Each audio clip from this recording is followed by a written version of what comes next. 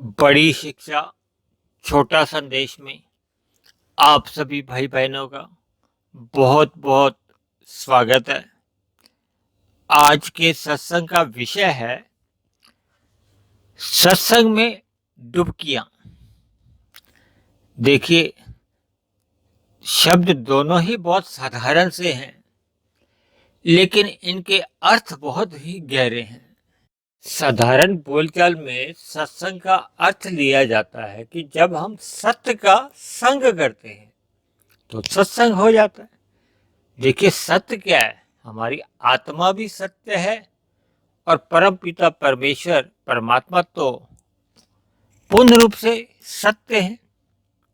जबकि ये माया, जो दिखने वाली माया है, ये अनित्य है, प्रकट होती है फिर इसमें प्रलय भी आ जाता है। भले ही जो मूल प्रकृति जो सतो रजो तमो गुण की है वो सत्य कहे गए हैं शास्त्रों में। देखिए, एक साधारण मनुष्य अपने जीवन में सदा ही सत्य से ही जुड़ना चाहता है। यदि आप किसी अन्य व्यक्ति के आगे झूठ बोलते हो तो उसको भी पसंद नहीं होता। कोई अन्य व्यक्ति आपके आगे झूठ बोलता है तो आपको भी पसंद नहीं है। क्या हम चाहते हैं कि हमारे बच्चे हमसे आकर झूठ बोले? यानी कि हम सुनना तो सच ही चाहते हैं, भले ही अपने व्यवहार में हम झूठ बोलते रहते हैं। विशेष रूप से कलयुग में तो ऐसा ही देखा जा रहा है। और दूसरा हमारा शब्द है डुबकियां, जिससे आप सब अच्छी तरह भली भांति परिचित हैं, लेकिन फिर भी क्योंकि मैंने इसको सत्संग के साथ जोड़ा है इसलिए इसका अर्थ थोड़ा विशेष हो जाता है। देखिए, जब हम किसी जलाशय में या नदी के पास से, विशेष रूप से जैसे हम हरिद्वार में गंगा नदी के वहां जाते हैं, तो कुछ लोग हाथ पैर धो लेते हैं और कुछ लोग अपने पूरे ही शरीर को पानी में डुबोते हैं, यानी कि अपना पूर्ण रूप से स्नान करते हैं। इसी को ही साधारण बोलचाल में आप और हम डुबकी का नाम देते हैं। यानी हमें अपने पूरे शरीर को ही पानी में डुबोकर स्नान कराना चाहिए। यदि हम केवल हाथ पैर ही, यानी कि केवल एक नाम मात्र का जल के साथ संपर्क में आना। अब हम अपनी इस चर्चा को सत्संग से जोड़ने जा रहे हैं। देखिए, प्रकृति में 3 गुण है, तमोगुण, रजोगुण और सतोगुण। तमोगुण से 10 गुना अच्छा रजोगुण होता है, रजोगुण से भी 10 गुना अच्छा सतोगुण होता है। देखिए, मनुष्य का जीवन अधिकतर क्या है, भोगों में बीतता है। वैसे तो मनुष्य योनि को भी एक साधारण रूप से रजोगुणी बताया गया है। मनुष्य से नीचे की जितनी भी योनि है उन्हें तमोगुणी कहा गया है, और मनुष्य से ऊपर की जितनी भी योनि है उनको सतोगुणी कहा गया है। और जैसा कि हम जानते हैं कि मनुष्य योनि में ही आपको और हमें एक अवसर है परमात्मा को जानने का, परमात्मा को समझने का, परमात्मा से जुड़ने का और परमात्मा को पाने का। ऐसा अवसर किसी भी अन्य योनि में परमात्मा ने नहीं दिया। और क्योंकि मनुष्य योनि एक कर्म योनि है, शेष अन्य सभी योनियां भोग योनि है, भले ही मनुष्य से नीचे की है या मनुष्य से ऊपर की है। यानी मनुष्य योनि में हम जितने भी पाप कर्म करते हैं या पुण्य कर्म करते हैं वो सभी ही लिखे जाते हैं। यानी कि हम अपने कर्मों को कैसी दिशा देंगे ये हमारे ज्ञान के स्तर पर निर्भर करता है। यानी कि मनुष्य को जब तक ज्ञान ही नहीं है, देखिए, एक मनुष्य को अभी कार चलाने का ज्ञान ही नहीं है, तो ज्ञान के अभाव में अगर वो कार चलाता है तो ऐसे में मनुष्य से दुर्घटनाएं हो जाती हैं, जिसमें वो अन्य मनुष्यों को भी नुकसान पहुंचाता है और स्वयं भी दुखी होता है, स्वयं का भी नुकसान होता है, भले ही कार का भी, और यहाँ तक कि कभी कभी एक दूसरे की जान भी जा सकती है। यह हाल हमारे कर्मों के साथ होता है। जब हमें ज्ञान नहीं होता तो हमारे द्वारा किए जाने वाले सभी कर्म पाप कर्म की श्रेणी में अक्सर चले जाते हैं, क्योंकि मनुष्य को ज्ञान ही नहीं है। देखिए, ज्ञान तो होता है सत्संग करने से, जब हम रजोगुण से सतोगुण में जाते हैं। जब हम सतोगुण में जाते ही नहीं हैं तो फिर हमें ज्ञान भी नहीं हो पाता। देखिए, शास्त्रों में ही बताया गया है कि अपने जीवन में ये करना चाहिए और ये नहीं करना चाहिए, यानी शास्त्रों में विधि विधान और निषेध बताए गए और इनका ज्ञान शास्त्रों को पढ़ने से होता है।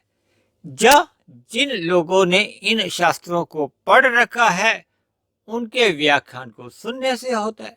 देखिए, परमात्मा ने मनुष्य योनि में आपको और मुझे हम सबको एक विवेक शक्ति दी है। विवेक शक्ति परमात्मा ने इसीलिए दी है कि आप अपनी बुद्धि की तराजू से इन शास्त्रों को समझो। इन शास्त्रों में परमात्मा हम मनुष्यों को क्या संदेश देना चाहते हैं। देखिए, ये जो शास्त्र हैं ये पशु पक्षियों के लिए तो नहीं है, उनमें तो इतनी बुद्धि नहीं है, लेकिन हम मनुष्यों को परमात्मा ने एक विकसित बुद्धि दी है कि हम इन शास्त्रों द्वारा ज्ञान अर्जित करें और अपने कर्मों को एक सही दिशा दें।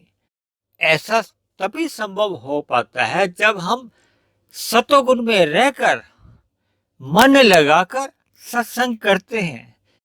यदि हम सत्संग केवल अपने स्थूल शरीर की इंद्रियों द्वारा ही केवल करते हैं कि हमने केवल देख लिया या सुन लिया, अगर मन शामिल नहीं है और मन भोगों में ही लिप्त है, यानी कि मन अगर रजोगुण में है, तो इसका मतलब कि हमारी सत्संग में श्रद्धा नहीं है। तो ऐसे में सत्संग में जाने पर भी केवल हमारा हाथ पैर ही धुल पाते हैं। देखिए, फिर हमारी वो जो डुबकी वाली बात है ना, डुबकियों वाली बात तो तभी होती है जब हम सत्संग को श्रद्धा पूर्वक करते हैं। हम अपने जीवन में जितने प्रतिशत श्रद्धा पूर्वक सत्संग करते हैं उतने प्रतिशत ही फिर हमारा ज्ञान टिकता है, और जितने प्रतिशत ज्ञान टिकता है उतने प्रतिशत ही हमारी अज्ञानता मिटती है। देखिए, अगर हमारा 30% ज्ञान टिक गया है तो इसका मतलब हमारी अज्ञानता 30% मिट जाती है।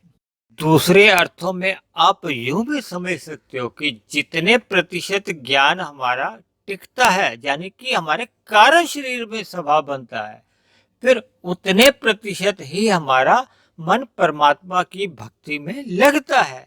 जितने प्रतिशत हमारा परमात्मा की भक्ति में मन लगेगा, फिर उतने प्रतिशत ही हमारा भोगों से वैराग्य होता है।